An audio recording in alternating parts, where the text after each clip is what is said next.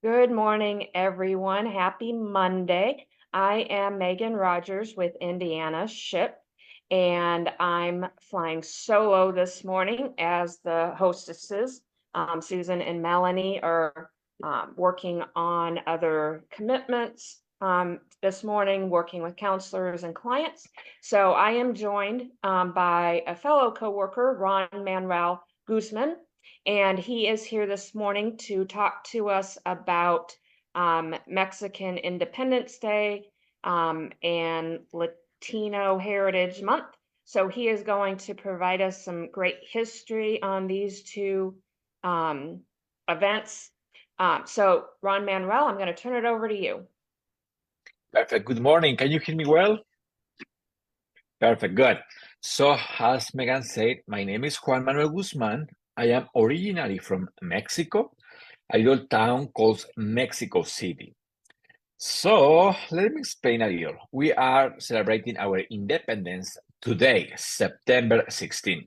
If you can see in your screen, the name of Mexico actually is not exactly Mexico. The name of our country is United States, Mexican United States. We are celebrating the war against the Spaniards because the Spaniards, as you know, come and discover America. So Mexico was the first place, and in Mexico is where start our independence, and then another countries in Latin America start their independence. So that's happened between September 16, 1810, and this war of independence talks 11 years, finished around September 27, 1881. So let me clarify something. Many people confuse Cinco de Mayo with the independence of Mexico, but no, that is important to clarify. Mexican Independence Day, often confused with Cinco de Mayo, mark a significant chapter in Mexico history. Cinco de Mayo in Mexico, Spanish for 5th of May, is an annual celebration held on May 5th to celebrate Mexico's victory over the Second French Empire at the Battle of Puebla. Puebla is another state in Mexico. So this state is a little southeast of Mexico City. And this war happened in 1862, led by the General Ignacio Zaragoza. Zaragoza died months after the battle from illness. However, and more significant, French forces ultimately defended the Mexican army in the Second Battle of Puebla and then occupied Mexico City. Following the end of America's Civil War in 1865, the United States began lending money and guns to the Mexican liberals, pushing France and Mexican conservatives to the edge of defeat. At the opening of the French chambers in January 1866, Napoleon III announced that he would withdraw French troops from Mexico. In reply to a French request for American neutrality, the American Secretary of State, William Seward, replied that French withdrawal from Mexico should be conditional.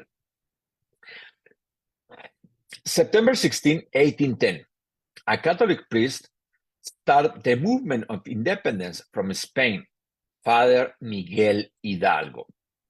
Father Hidalgo declares independence from Spain after a moving speech he made after midnight in a small town known as Dolores.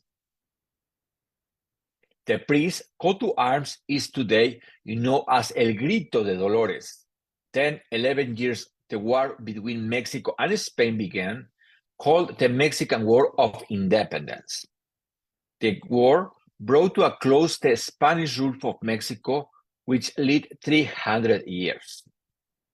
Mexico celebrates its Independence Day in September 16 each year to remember the struggle that thousands of Mexicans started to free themselves from the Spanish government, a time better known as the Viceroyalty, due to, however, ruling was representative of the King of Spain, who had the title of Viceroy. So remember, something is important. Like remember, in the United States, we have the taxation without representation. In Mexico, we was having like the same problem.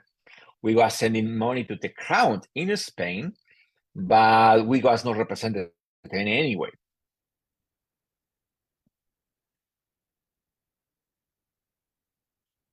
As many other countries who are looking for their independence, Mexico gained as freedom from Spain, but it came in a rather hazard manner, in the sense that the ordinary people didn't get the independence that they anticipated they could get. The colonies had tremendous power over the indigenous people of Mexico, who were treated as second-class citizens. That is interesting. That happening in every society. People is fighting for what they think is good for them, but at the end, the ones at the bottom still being at the bottom.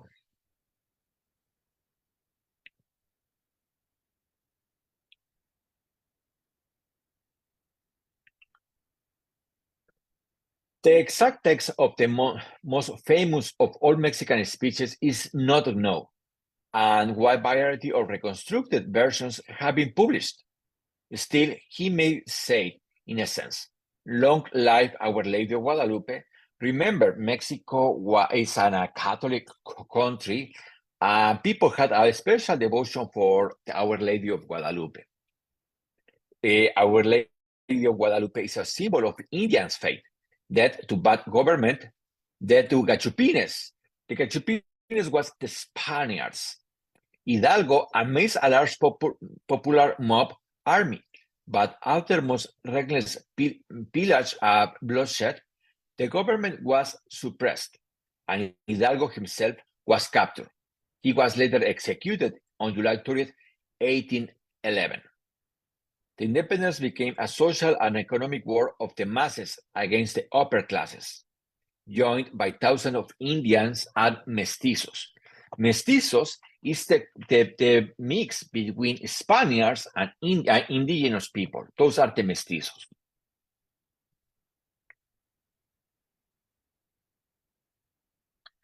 The liberal country adopted Mexico as its official name. Mexico's independence from Spain took a decade of war. Independence was achieved by the Declaration of Independence of the Mexican Empire, 11 years and 12 days after, on 20th of September, 1821. However, Hidalgo is credited as being the father of this country. Today, every year, the president of Mexico stands on the balcony of the National Palace in Mexico City. Mexico City is the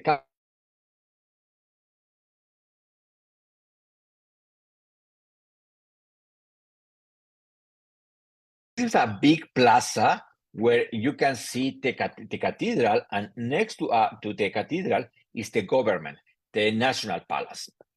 They represent the president make this cry of victory every year.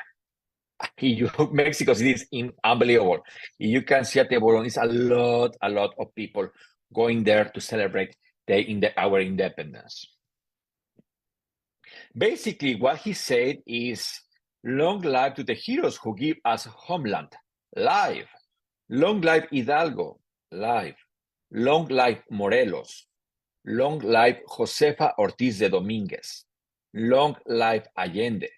Long life Aldama and Matamoros. Long life our independence. Long life to Mexico. Long life to Mexico. Long life Mexico. So that's what the president every year repeat every year. But you can wonder, so who is Hidalgo? Who is Morelos? Who is Josefa Ortiz de Domingos? Here's your explanation. Father José María Morelos y Pavón, another priest, called the servant of the nation. Morelos was a religious politician and military man who assumed the leadership of the independence movement after the death of the priest Hidalgo, of whom he was student and faithful disciple. Both of them were priests. Ignacio Allende. At the age of 26, he entered the army willingly, where he obtained his rank of captain in 1797.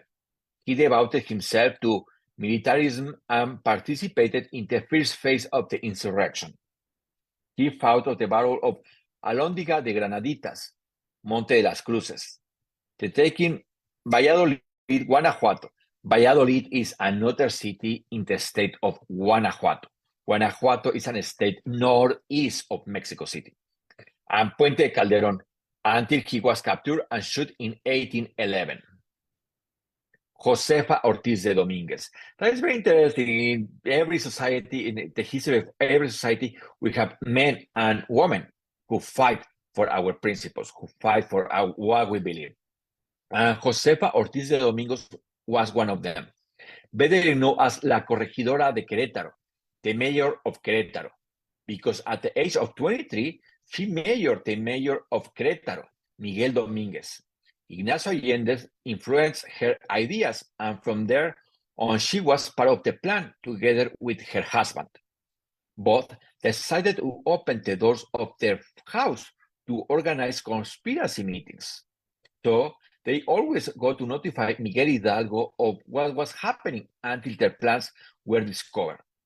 Even so, Josefa managed to keep the notice of prevent the insurgents from being arrested.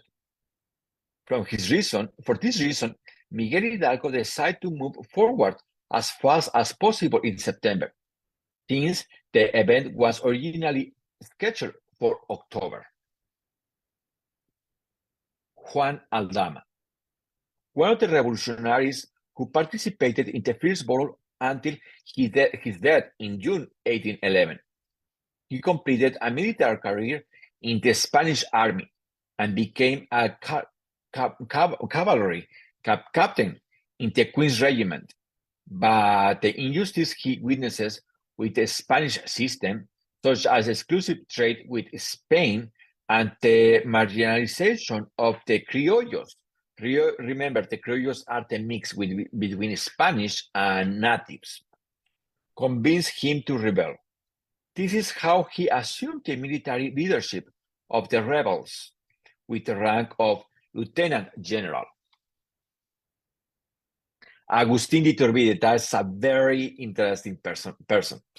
At the beginning of Hidalgo's struggles, Iturbide joined the Royalist army, but in 1821, he changed his mind and supposed the insurgents to create the Trigarante army, whose motto was independence, union, and religion, and the Iguala plan, with three inalienable principles: the independence of Mexico, equal rights for Spaniards and criollos, and the supremacy of the Catholic Church.